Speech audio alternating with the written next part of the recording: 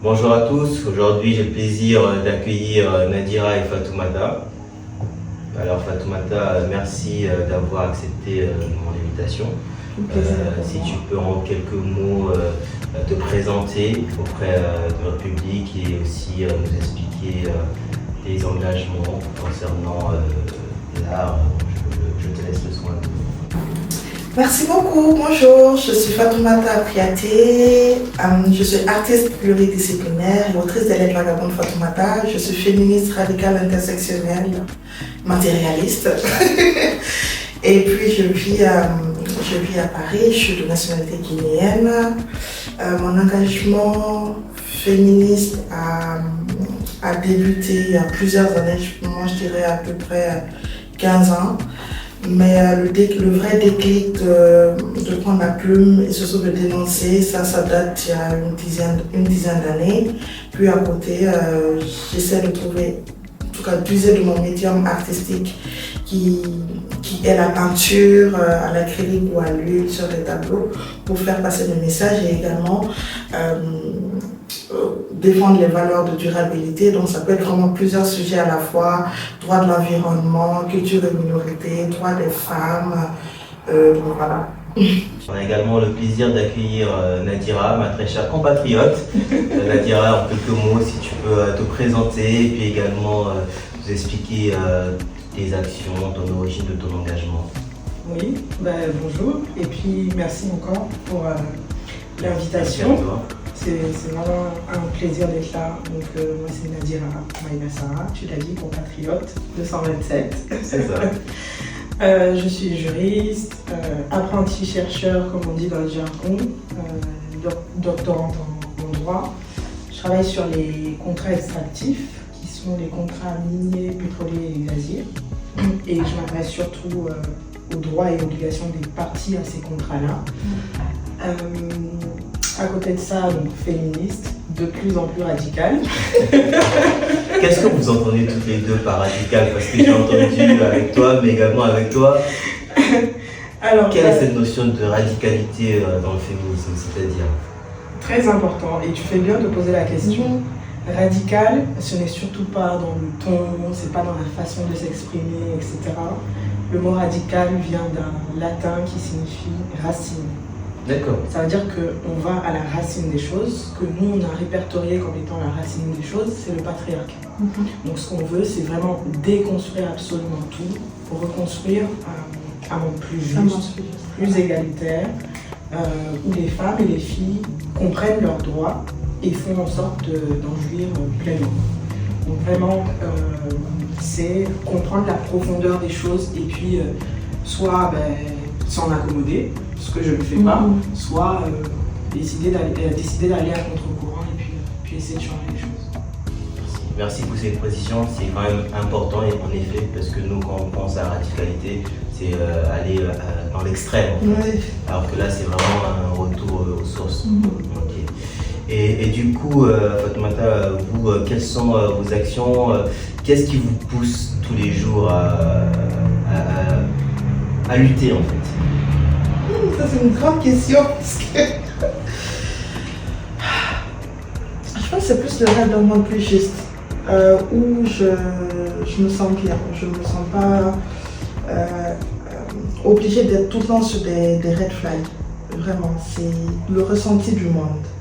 Quand on se réveille le matin et que soit l'on a subi nous-mêmes une violence qu'elle soit ce qu'on peut considérer de primaire ou qu'elle soit vraiment lourde ou ancrée, ou sinon c'est l'envie que mes petites sœurs aussi puissent se défendre un jour en fait, ou puissent avoir le répondant nécessaire qui tienne surtout de leurs droits. Parce que pour avoir un monde plus juste, il faut des textes de loi qui protègent et l'appareil judiciaire, l'appareil institutionnel, le système qui s'oblige au texte, donc qui suit le texte ou même qui l'améliore. Donc le combat de tous les jours, c'est quoi qui ne va pas et pourquoi ça ne va pas et comment on peut solutionner le problème. Donc il y a vraiment tout un parcours de réflexion, de questionnement, d'orientation, d'instruction, de déconstruction qu'on fait. C'est ça, je pense que c'est plus ça. Pour le dire plus simplement, c'est mon acceptation du monde et ma place dans ce monde-là en tant que femme.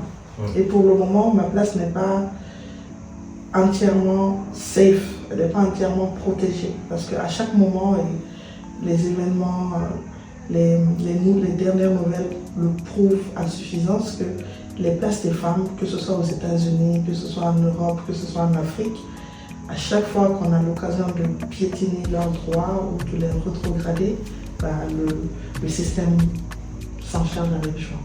Donc c'est ça. Je comprends. Ce qui est intéressant de vous deux, j'entends une volonté en fait d'un monde en fait plus juste, en fait de respect des droits. C'est bien ça en fait. Oui. Alors justement sur le continent, il y a eu des avancées assez significatives, notamment Ellen Johnson Sirleaf au Libéria, donc, qui a été présidente, qui a été même réélue donc de 2016 à 2018. Mais paradoxalement, les inégalités du genre dans tous les domaines persistent, et surtout en politique d'ailleurs. Est-ce que vous partagez ce constat et pourquoi selon vous les avancées sont si timides? Parce que vous nous avez parlé tout à l'heure des droits de la femme, donc essayer de les mettre en place, mais pourtant la juridiction, elle existe déjà. Il y a des droits, il y a des lois. Donc selon vous, en fait, quel est le problème? Je sais, j'ai balancé une grande question là. Je suis en train de réfléchir à ma concision. En fait, une question qui en regroupe plusieurs. Exactement. Parce qu'il y a une chose est de parler de droits qu'on revendique, et je pense notamment à l'égalité, etc. Ça, ce sont des choses qu'on a déjà. Donc en vrai, on n'est même pas en train de militer pour avoir des droits nouveaux, on milite surtout pour leur effectivité. L'égalité, quand on regarde nos constitutions, même les conventions, les traités internationaux qu'on ratifie, c'est des droits qu'on a déjà. C'est écrit en général dès le premier article. Les hommes et les femmes naissent libres et égaux en droit, etc. Donc je suis censée avoir ces droits-là depuis ma naissance. C'est même pas, je ne demande pas à avoir ce droit-là, je l'ai déjà depuis que je suis née. Sauf que au quotidien, les réalités me montrent autre chose. Donc il y a ce côté où on cherche l'effectivité des droits, et puis il y a un autre pan aussi où on cherche à acquérir de nouveaux droits. Donc quelque part, c'est toujours dans cette quête d'avoir un monde plus juste, où il fait bon vivre en fait finalement pour tout le monde. On ne demande pas, normalement, on ne demande pas grand chose.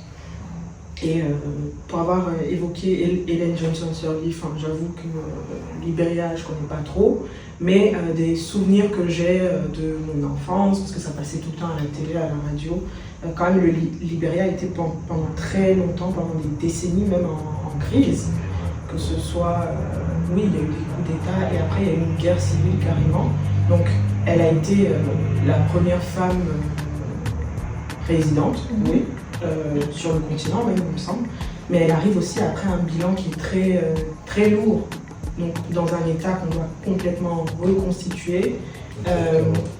Après, je pense que le bilan est mitigé, mais il y a eu quand même de belles avancées. Enfin, elle n'a pas été prise de belles avancées, on en reparlera tout à l'heure. Effectivement, sur le plan économique, elle a vraiment fait des choses incroyables. Enfin, jamais vu en fait dans un pays en développement, donc ce qui n'est pas mal. Et là, je souhaiterais aborder le cas des femmes dans vos disciplines respectives. Qu'en est-il de la situation dans l'art? C'est une très bonne question, parce que il n'en est rien. Alors, il n'y a pas longtemps, j'ai rencontré le ministre de la Culture chez moi, et je lui ai dit que dans le couloir que j'occupe, je me sens vraiment seule. Et j'attendais qu'il me dise non, il y a tel, mais il a dit oui, vous êtes toutes seules. Incroyable. Bon, et au moins il est honnête. Voilà. Du coup, c'est alarmant en fait, parce que globalement, l'histoire des femmes dans le monde de l'art, c'est comme l'histoire des femmes un peu partout. Mais dans le monde de l'art, c'est encore plus malicieux dans le sens où, à chaque fois que les femmes se sont ont lutté pour avoir une place, ou pour même avoir le droit de peindre ou d'être reconnues et tout, dans l'art, elles ont été invisibilisées et souvent rétrogradées derrière la femme qui accompagne le mari. On va prendre des exemples tout simples. Hein. Frida Kahlo, la grande peintre d'origine cubaine, qui a épousé, comment il s'appelle, son époux qui était peintre, là, qui a dû l'effacer pendant plusieurs années, mais qui a quand même été un amour. Bon, je ne vais pas trop m'attarder sur ça. Mais même en Afrique aujourd'hui, tu vas faire la liste des femmes artistes visuels, tu n'en trouves pas beaucoup. Pas qu'il n'en existe pas, c'est juste que c'est pas elle que l'algorithme va pousser en premier. D'accord. L'autre chose, c'est que même si elles existaient, et ben, avec les charges sociales et tout, le monde de l'art, franchement, il est vraiment... Il est complexe, hein? Oui, il est spécial parce que... C'est un peu étonnant parce que je me dis, bon, dans les domaines malheureusement comme ce qui est du droit, de la finance, ces domaines où on sait qu'il voilà, y a une certaine domination qui se fait, je me dis au moins dans l'art, quand on a l'image de l'art, c'est des gens qui sont assez ouverts d'esprit. Donc c'est pourquoi je suis assez surpris qu'il y ait Pas du tout. ce tableau noir sans mauvais. Oui, enfin, déjà, l'art est réservé sociologiquement aux bourgeois. Ouais. Et la conception de l'art, c'est ça que c'est difficile, la conception de l'art pour un occidental, ce n'est pas la même conception de l'art pour un africain. Moi, en tant que femme noire en France, dans le monde de l'art, je sais ce que je peux recevoir comme violence au quotidien quand même je vais voir ou des galeries, il y a des échanges entre des galeries et moi, ce qu'on veut que je fasse, même le fait qu'on me réduise à un certain essentialisme, il faut que je fasse des masques alors que je suis sur des sujets beaucoup plus abstraits et plus intellectuels où je vais théoriser, je vais concepter parce que ça c'est déjà contemporain. Du coup, il y a ça, il y a ta place que tu cherches en tant que personne noire dans la société où on dit que l'art c'est réservé historiquement aux riches ou à la monarchie ou au roi. Donc, toi femme noire, et où tu dois concurrencer les hommes noirs et les hommes blancs, où tu dois chercher à imposer ton narratif, où tu dois avoir la confiance des mécènes pour qu'ils financent ton art, où les galeries doivent apprendre aussi à te faire confiance en tant que femme noire d'origine africaine, où on pense que l'art africain à bien des égards aujourd'hui est promis à un véritable essor, mais pour le moment on ne prend pas de risque. Oui, c'est très compliqué. Et c'est compliqué de juste voir une femme noire et souvent on n'est même pas prise au sérieux. Parce qu'on va dire oui, mais les femmes artistes, tu fais quoi dans l'art? Moi j'ai reçu plein de messages une fois j'étais à une exposition, monsieur m'a écrit, mais c'est quoi, vous avez un vrai boulot? Du coup, c'est ça mon vrai boulot, tu vois. Ouais, Peut-être que mon vrai boulot pour lui, c'est vous êtes marié. Enfin, je sais pas moi, un vrai boulot, c'est quoi? C'est ça. On n'a pas tous les mêmes définitions. Voilà. C'est vrai que oui, c'est vrai que l'art n'est pas effectivement assez. Ça c'est l'art visuel, l'art, les beaux-arts. Dans les autres domaines encore, il y a d'autres problèmes. L'industrie de l'art musical, par exemple, pour les femmes, on peut se poser 10 000 questions. Moi, je dis que ce qui me concerne, alors que sur d'autres aspects, le cinéma, la musique ou d'autres choses, il y a beaucoup de questionnements qu'on peut avoir. D'accord. Ouais. Et du coup, Nadira, dans le droit. Ah, la question c'était les inégalités. C'est ça. Alors moi je constate vraiment un double paradoxe. En Afrique, forcément, il n'y a pas encore beaucoup de femmes dans le domaine, il y en a de plus en plus. Mais ici par exemple en France, c'est tout l'inverse. Le métier est en train de se féminiser comme on le dit. Moi je le vois en licence, on était à peu près autant d'hommes que de femmes dans les amphis. Et puis quand on arrive au master, on a beaucoup plus de femmes. Et puis les chiffres même, que ce soit du barreau de Paris, etc., il y a de plus en plus de femmes dans la profession. Après évidemment, je pense qu'il y a quand même des difficultés qu'on va rencontrer à un certain niveau, le fameux plafond de verre dont on parle. Tant qu'on est encore à un certain niveau, il n'y a pas de souci. Mais plus on va vouloir monter dans l'échelon, enfin monter en grade, etc., les inégalités vont commencer à se renforcer. D'accord. c'est un peu paradoxal vu qu'on est quand même une branche de droit. Et que ça commence, enfin je pense que ça devrait commencer par là.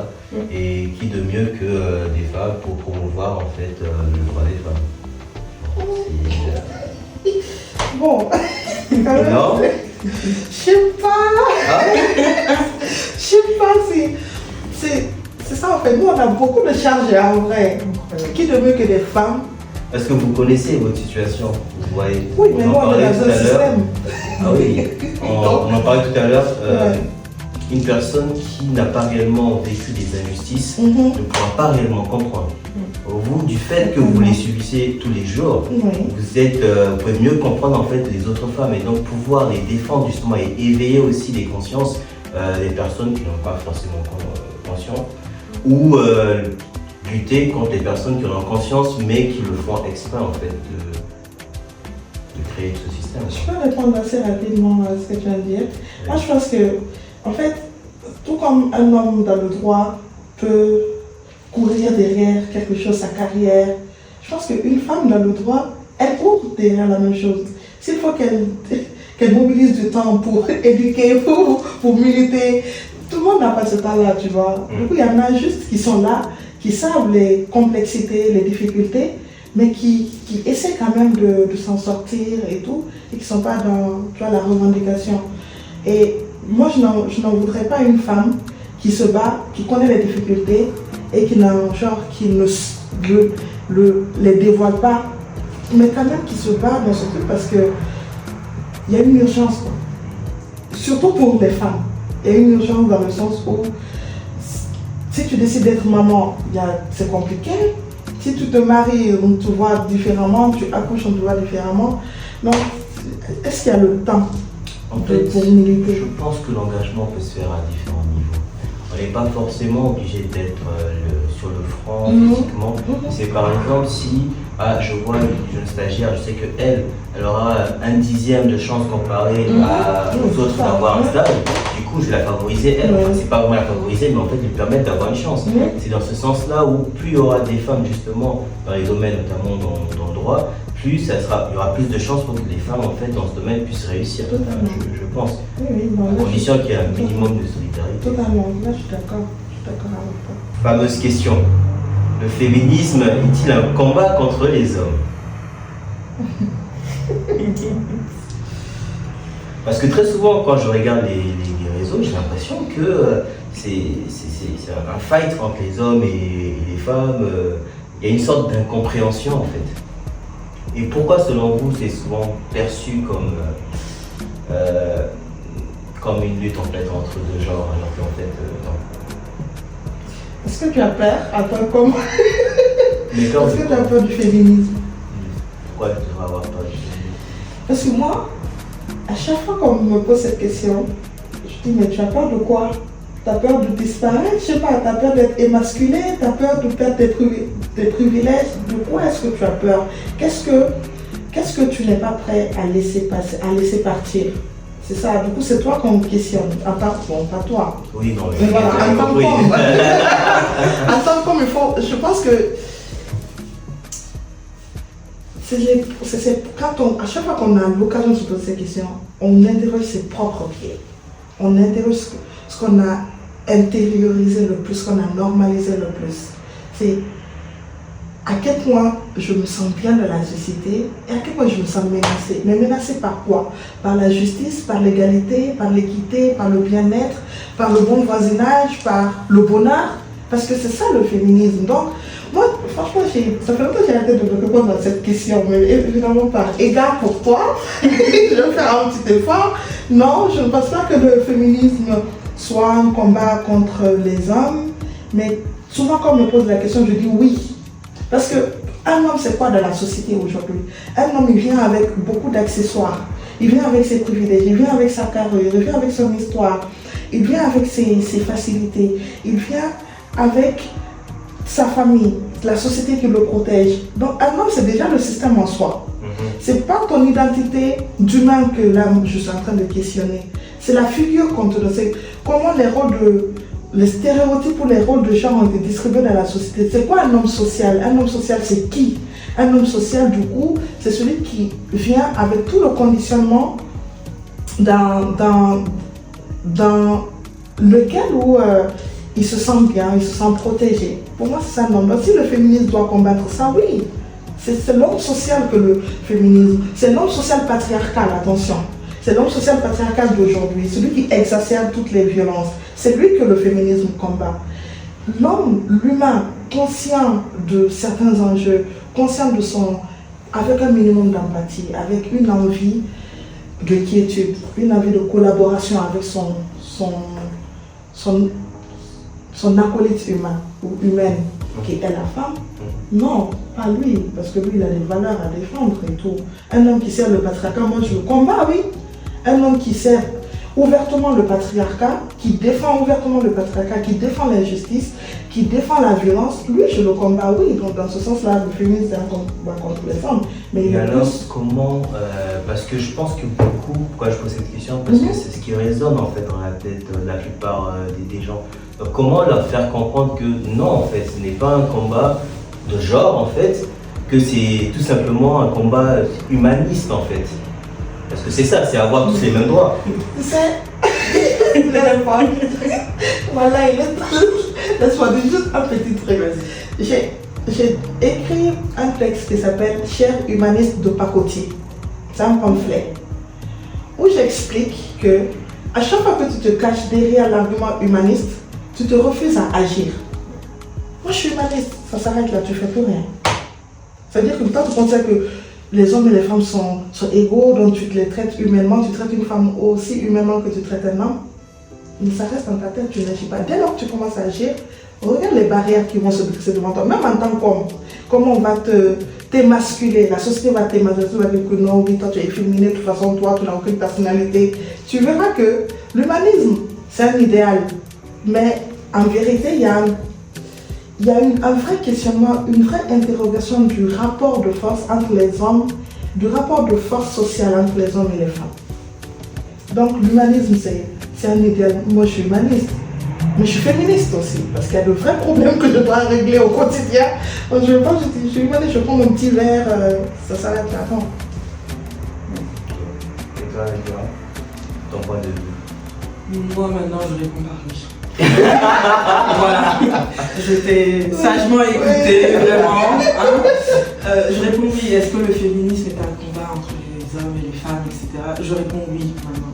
Oui, parce que oui, si je veux faire ma paresseuse, pour commencer. Si je veux faire ma paresseuse et si à la fin de la journée j'en ai marre de toutes ces contorsions où on essaie d'expliquer que c'est un système, on combat un système de domination, un système patriarcal, système dans lequel les plus privilégiés sont les hommes. Donc oui, à la fin de la journée, ça va être ceux qui vont les plus être bousculés par notre engagement. Mais quand on prend les choses encore plus en profondeur, encore une fois on en revient à la radicalité, on sait très bien qu'on ne combat pas que les hommes, on combat également les femmes qui sont les gardiennes du système, beaucoup. Et puis même pour toi qui es une adepte de l'intersectionnalité, on sait que tu vas subir des inégalités ou des injustices parce que tu es une femme. Mais à cela, il y a d'autres strates, d'autres couches qui vont bien se rajouter. Tu vas subir des injustices parce que tu es une femme, parce que tu es une femme noire, parce que tu es une femme noire africaine, musulmane, voilà, d'une certaine confession religieuse, d'une certaine classe sociale, tu vois, d'un certain âge. Est-ce que tu as un handicap ou pas? Enfin, plein de strates comme ça qui se rajoutent.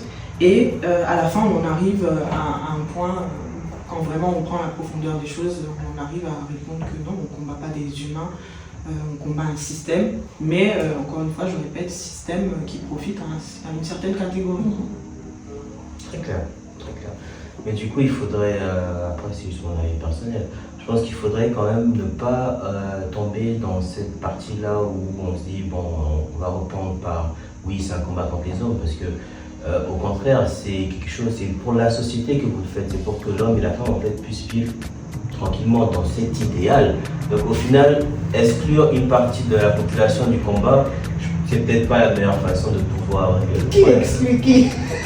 Si vous dites par exemple clairement, si vous arrêtez, que vous dites directement oui, en fait, c'est un combat entre hommes et femmes, bah, là, en fait, vous incluez en fait tous les hommes dans le même panier.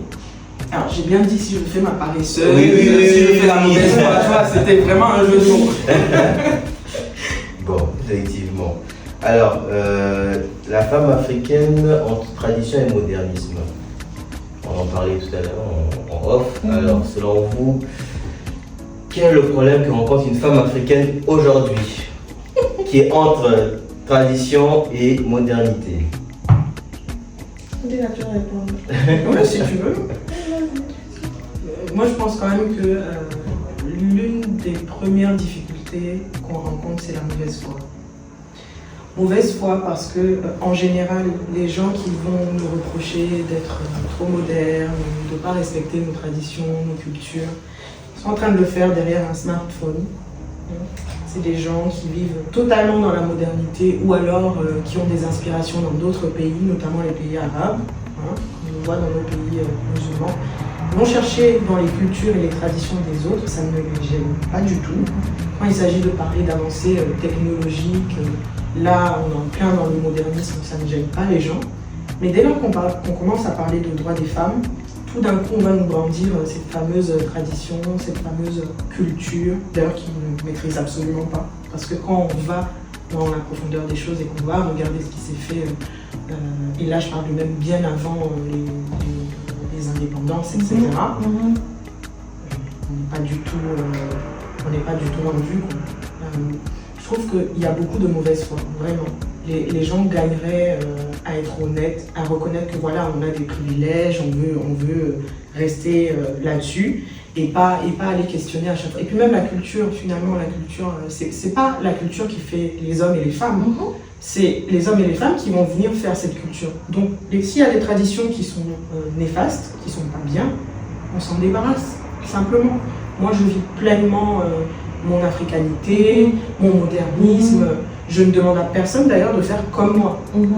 Je vis comme je vis, sans faire de mal à quelqu'un d'autre, et j'attends juste que ce soit respecté. Bon.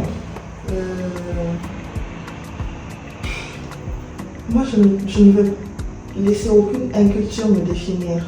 Parce que souvent, les gens qui, comme tu l'as dit, les gens qui vont t'opposer ce type d'implémentaire, surtout que moi, la culture, c'est vraiment mon cœur de cible militant. Toi, tu le sais bien. Donc, je prends suffisamment le temps d'essayer de savoir qui je suis, d'où je viens.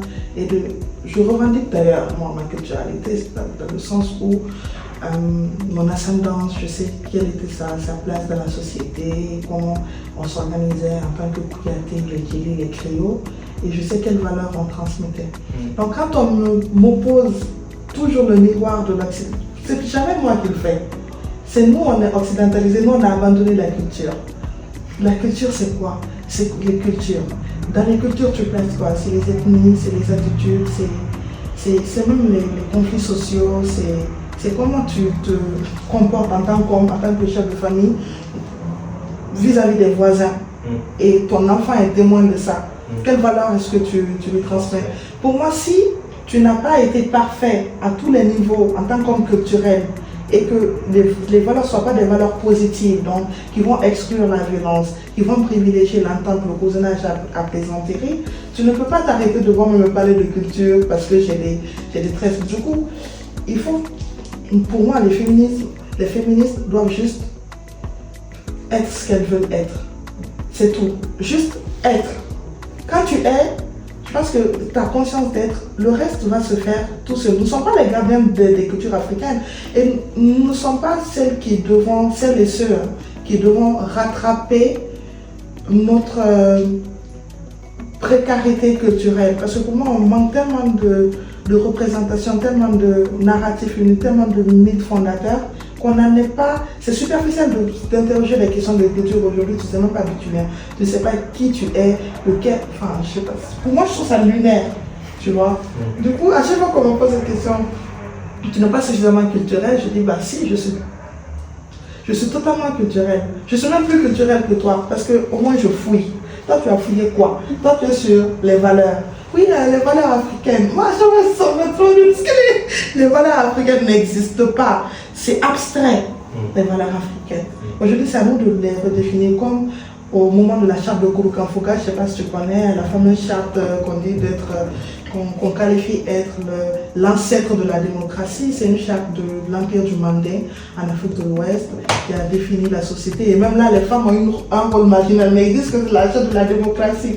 Tu vois, quand tu dissèques ce type de textes, ou même des textes qui sont au Cameroun, déjà fini d'apprendre à comprendre le contexte de ces chartes-là. Et dis-toi qu'en tant qu'être humain social, encore une fois, parce que moi j'aime beaucoup parler sur de ce socle-là, c'est quelle société tu as envie de laisser aux générations futures. Pour moi, c'est ça la culture africaine, les cultures africaines. Et aucun Africain n'est redevable. Moi, je ne suis pas en tant que Guinéenne obligée d'être liée à la nigérianité de Nadira parce que je suis africaine. Non, même ce panafricanisme pour moi, à la con, c'est faux. Le panafricanisme, c'est ce qu'on est en train de faire là. C'est les valeurs que nous partageons en tant que femmes en fait. Elle est nigérienne, je suis guinéenne. Pour moi, il n'y a pas meilleure manière de défendre le panafricanisme que d'aller parler de culture africaine alors que chacun ne se connaît déjà pas la délimitation de sa culture en fait. Il y a quand même un mix, par exemple, il y a des peuples chez vous, il y a des peuples chez nous. Oui. Et on nous a quand même imposé des frontières qui ne sont pas forcément tracées comme il le faut. Quoi. Ça, c'est pas de ma faute. C'est pas moi qui ai tracé ces trucs-là. Tout à fait. Voilà. Tout à fait. Alors, et vous, étant toutes les deux du coup de la diaspora et qui vous vivez à l'étranger, qu'en est-il de la situation ici? Est-ce que vous avez une double, on va dire, injustice, parce que vous êtes africain, alors qu'ici la société est censée être plus ouverte, ou est-ce que quand même la situation est, on va dire, presque là? Moi, je suis tellement une Nigérienne de la diaspora depuis longtemps, depuis très très longtemps. C'est-à-dire de la diaspora, même si j'ai vécu en Afrique jusqu'à mes 18 ans. Donc, quelque part, je suis habituée depuis très longtemps à partout ne pas être chez moi. J'ai juste appris à faire avec ce que j'ai et puis transformer ça plutôt en force.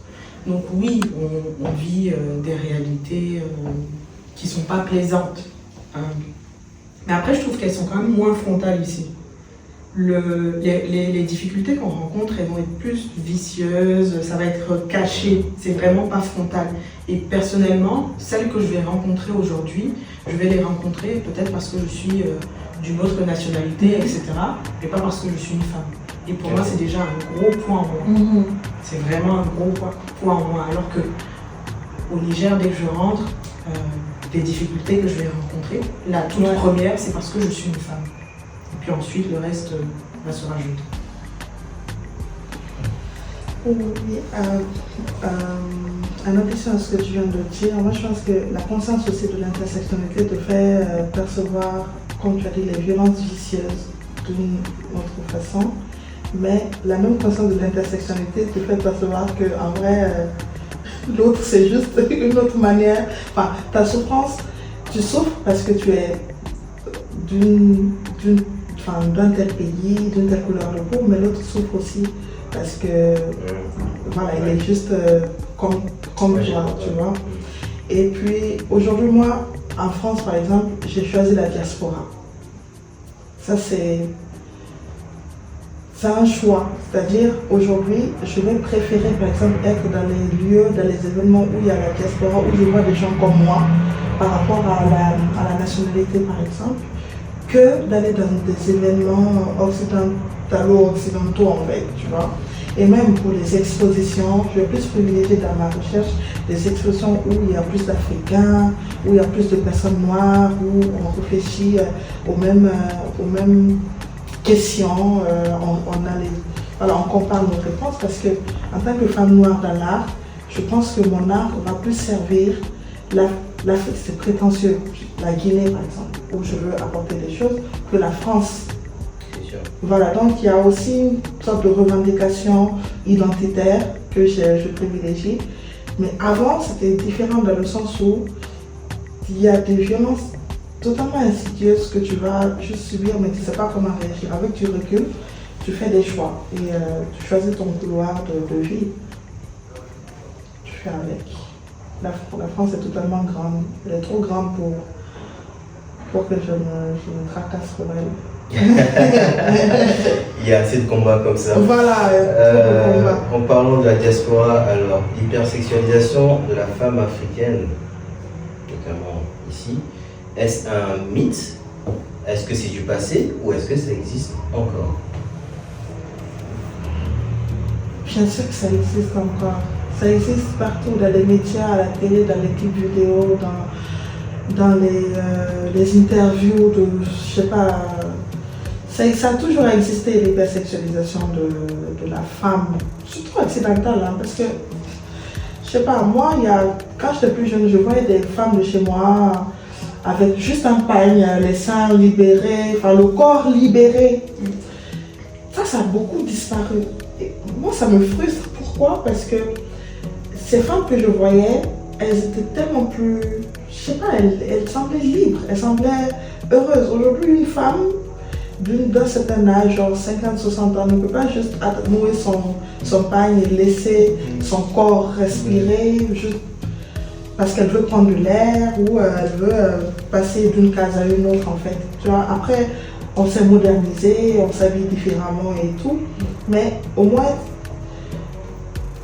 quand tu vois une femme chez moi, encore une fois chez moi, parce que je ne connais pas chez les autres, chez moi avant, tu ne disais pas pourquoi tu n'es pas habillée. Tu disais juste, c'est une maman.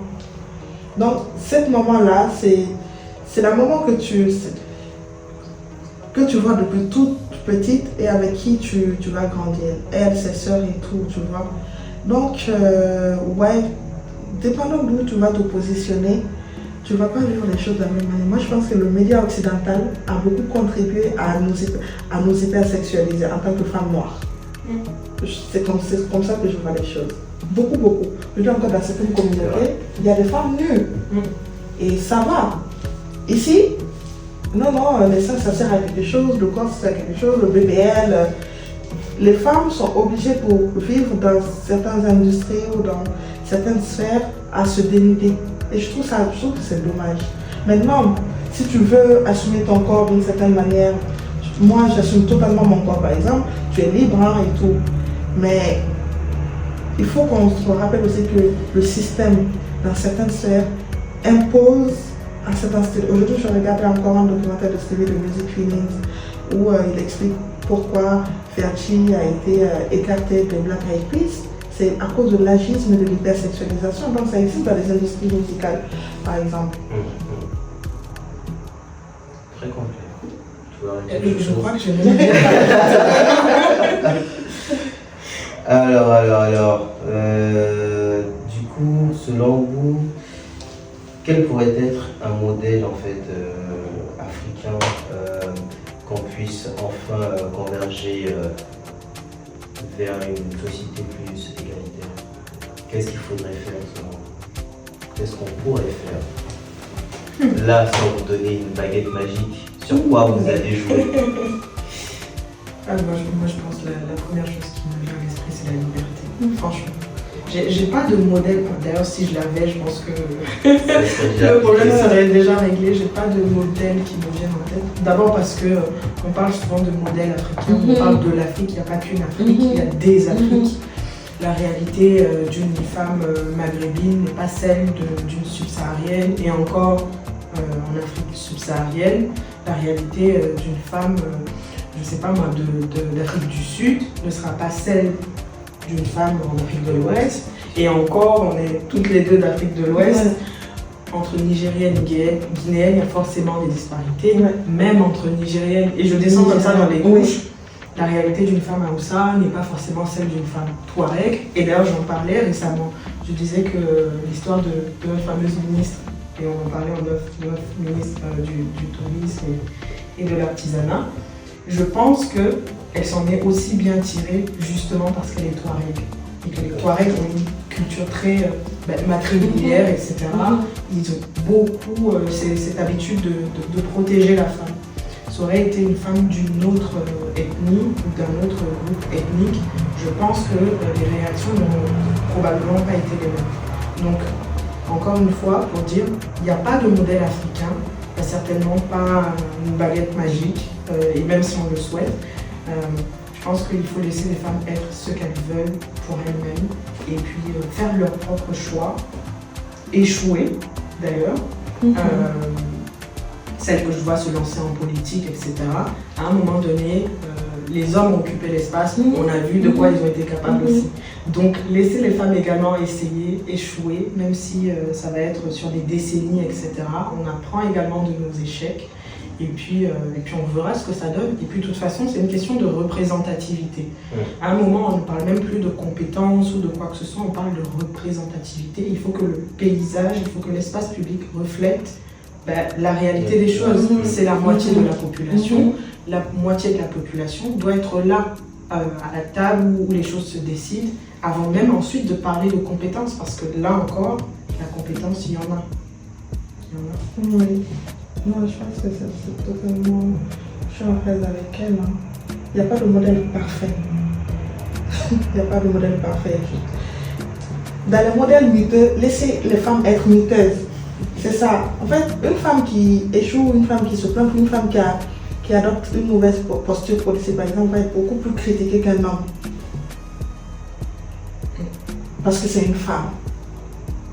Parce qu'elle, il faut qu'elle soit parfaite. C'est elle la gardienne des valeurs. Quelles valeurs? Tu corromps, tu voles et tout. Donc, tu voles avec une femme et on va dire, ah, mais la femme qui est avec telle...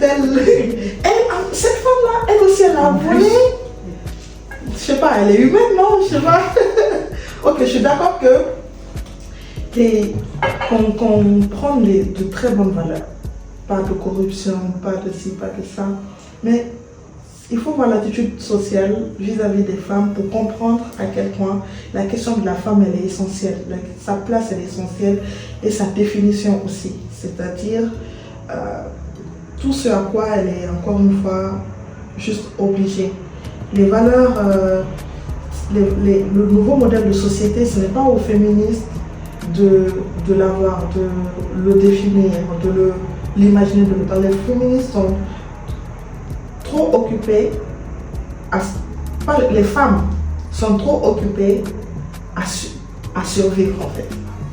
Genre, c'est ça, parce que tous les jours, ton parcours, il est semé d'embûches. Tu sors de chez toi, quelqu'un va te siffler, quelqu'un va te faire une tape à la fesse, quelqu'un d'autre va regarder ton décolleté, quelqu'un d'autre va te poser une question stupide, tu vas aller au travail, on va te demander, tu es enceinte, on va te demander limite si tu arrives à travailler, si ta grossesse ne t'a pas rendu un peu stupide, tu vas revenir de grossesse, ben tu es devenu plus stupide qu'avant, enfin, tu as perdu en compétences parce que tu as porté 9 mois un enfant, ou on va donner plus d'opportunités à ton collègue parce que lui, il était là pendant que toi, tu donnais la vie.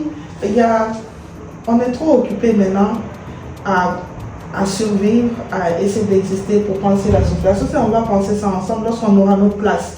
Pour le moment, ce qu'il y a là, les textes qui sont là, essayons de les faire appliquer et de faire preuve d'inventivité, d'imagination en fait, ou de proactivité dans le sens où même ces textes, certains ne sont pas complets. Chez moi, c'est le gouvernement de transition. Lorsqu'ils écrivaient l'avant-projet de constitution, ils ont voulu occulter le principe d'égalité et ils l'ont défini comme ça. Constitution sensible au genre. Toi, tu parles d'égalité comme constitutionnel. Chez nous, pour la nouvelle constitution, ils ont voulu écrire une constitution sensible au genre. Les féministes, on a pris l'extrait, on a dit, c'est quoi, moi notamment, c'est quoi une constitution sensible au genre? Où est l'égalité qu'on avait là? Où est-ce qu'on l'avait mise? Et tout. Aucune réponse. Sur le modèle là, ceux qui sont en haut, s'ils ne peuvent pas, les femmes n'ont qu'à monter. Quand les femmes vont se tromper pendant 50 ans, on va penser au modèle commun. Pour le moment.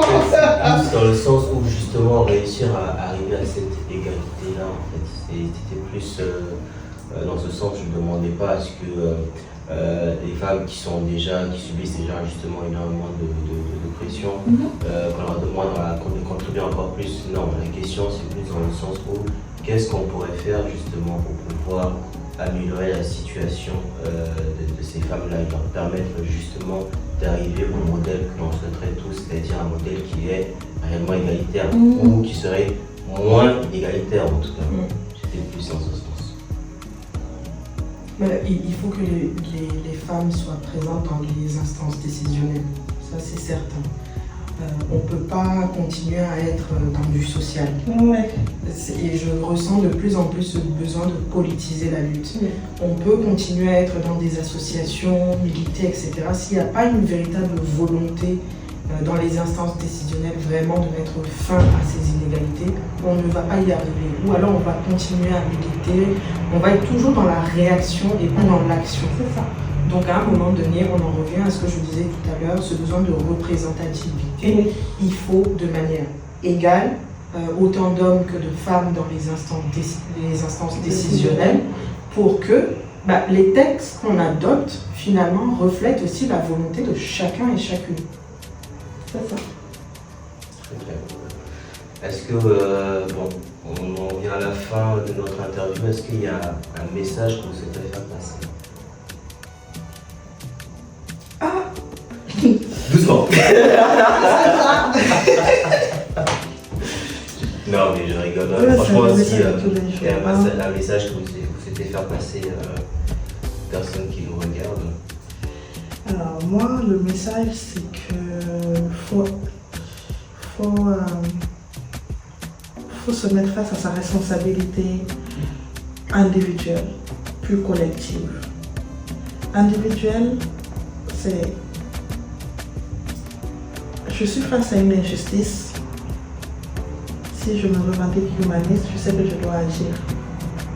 Et dès lors que cette injustice touche une valeur qui prône la violence contre une femme, je ne suis plus humaniste, donc je n'agis pas. Il faut sortir de l'hypocrisie. Deuxièmement, il faut s'éduquer. Pour moi, s'éduquer, c'est important parce que on trouve tout dans l'échange, dans le partage, dans la sensibilisation, dans les livres, à l'école et tout. Il faut éduquer la jeune génération également. Donc aujourd'hui, si on est notre génération qui devient de plus en plus parente, c'est qu'il y a du boulot avec la petite génération qui est en train de monter là, qui va venir. Et voilà, il faut accorder sa chance à l'humanité. Il faut accorder sa chance aux femmes. Voilà. Il faut accorder sa chance humaine. C'est-à-dire, c'est pas à vous de nous donner, mais il faut accorder la chance à l'humanité, genre au partage. C'est-à-dire, je suis dans un espace, j'ai beaucoup de privilèges.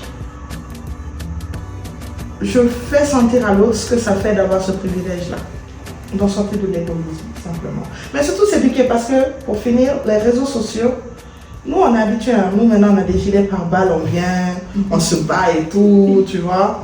Mais malheureusement, si ça continue comme ça, on risque même de quitter les réseaux sociaux. Moi, je disais l'autre jour dans le space que il faut que j'écrive, il faut que je publie et il faut que je me lance en politique. Mais il n'y a pas que ça, ce n'est pas les choses alternatives en fait. L'éducation se fait à tous les niveaux et on n'a pas à intellectualiser, ou en tout cas à essentialiser l'intellectualisme à l'école du blanc. Donc il faut que nos langues soient scientifiques et qu'elles transmettent ou qu'elles se réapproprient le message d'origine, le message d'humanité d'origine. Voilà, c'est ce que je pourrais dire.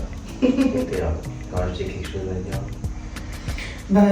Moi, ce que je peux dire, c'est que on sera là. On sera là, partout. C'est fini le temps où on acceptait, où on s'accommodait des choses.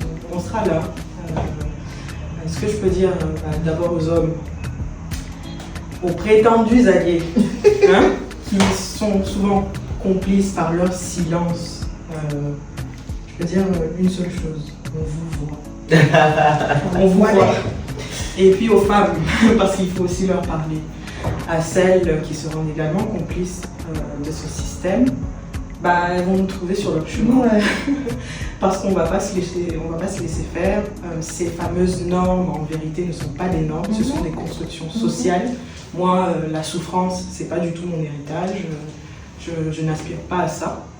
Donc voilà, nous serons là, encore une fois, partout. Merci à vous deux. Merci à toi. Merci. Avec plaisir, vraiment. Merci à toi.